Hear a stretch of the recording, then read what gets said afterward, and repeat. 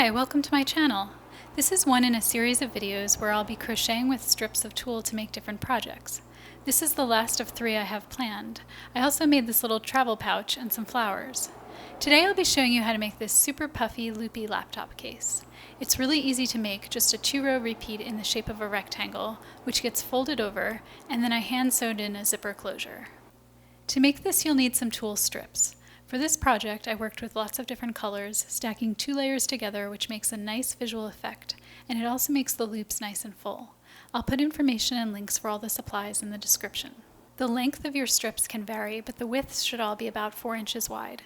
It's actually helpful if the lengths are different sizes, so when you have to add a new piece, you don't have to do it to both layers at once. Aside from the tulle, I used an 11.5mm or US size P crochet hook, a zipper. I used a 30-inch dual separating zipper so it can open at both ends, but that's optional. Straight pins or clips, a needle and thread. I'm using heavy-duty quilting thread, a pair of scissors, a tapestry needle, and I find it useful when I'm hand sewing for a sizable length to use some beeswax to prevent tangling. I'm just using the edge of this beeswax candle to run my thread through it a couple of times. And I also found it helpful to use my thimble for the sewing part. To turn my tulle into strips, I used a rotary blade and a self-healing cutting mat, along with this quilting ruler that has a metal edge to make my strips, but you can also use scissors. I folded the tulle long ways several times before making my cut. My fabric is 54 inches wide, and I used a total of about 24 2/3 yards, so 12 1/3 for each layer. Before you begin, decide on your measurements. You want to make sure it's snug enough so that your laptop's not sloshing around, but not too tight that you won't be able to zip it up. I had made mine to fit a MacBook Air, so my laptop case measures about 10 inches by 14 inches, or roughly 25.5 by 35.5 centimeters. To start, stack both strips together and make a slip knot, leaving a short tail.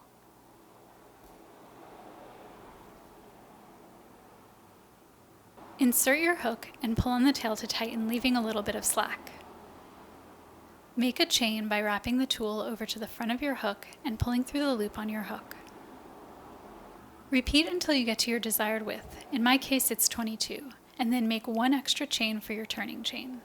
When you are near the end of your tulle, before you finish your stitch by pulling through, place your new piece inside of the short end and wrap around. Then continue to pull the tulle through as usual. You may want to give a tug on your chain to stretch it out a little before you start working your stitches. Next, you'll be working a row of loop stitches starting at the second chain from your hook. Insert your hook into that stitch. Grab your working end and pull up a loop in a similar way to how you would start to tie a bow on your shoes, pulling about 2 inches up with your pointer finger. Take the tulle that's behind your hook and bring it around to catch on the front part of your hook.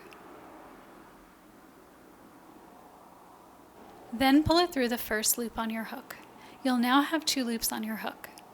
You can use your pointer finger on the hand that's holding the hook to keep everything secured. And you can use the other hand to grab the working end to get a better grip on your work. Bring the working tulle over to the front of the hook and pull through both loops. You now have 1 loop left on the hook. That's your first loop stitch. I'll show you how to do that again. Insert your hook into the next stitch. Then make a big loop and catch it from the back to the front. Pull through 1 loop on your hook, and then with a good grip on your work, yarn over and pull through the 2 loops on your hook. And again, insert your hook into the next stitch. Grab a loop and pull it through, and yarn over and pull through 2 loops. I'll keep going here so you can see it again. I use the loop stitch a lot. If you want to try out some of my other projects that use the loop stitch, I'll put the links up in the corner of the screen. I made this loopy sweater, a pom-pom coin purse, and also these tulle flowers that I showed you earlier. So go all the way to the end, working into the very last stitch, and when you're done you should have the same number of loops as you had starting chains, not counting that extra chain for the turning chain, so in my case I have a total of 22 loops. After your loop stitch row, you'll make a row of US single crochets. Chain 1 and turn your work. To make your first single crochet, insert your hook into the second stitch from your hook. Then wrap your yarn over to the front of the hook and pull through 1 loop on your hook. Yarn over and pull through both loops on your hook. And working into the next stitch, you just repeat this all the way down the row.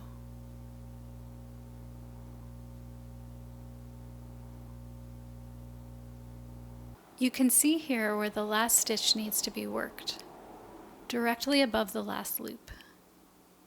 When you get to the end of your row, chain 1, turn your work, and start again with loop stitches. And you just keep alternating between loop stitch rows and US single crochet rows until you get to your desired height.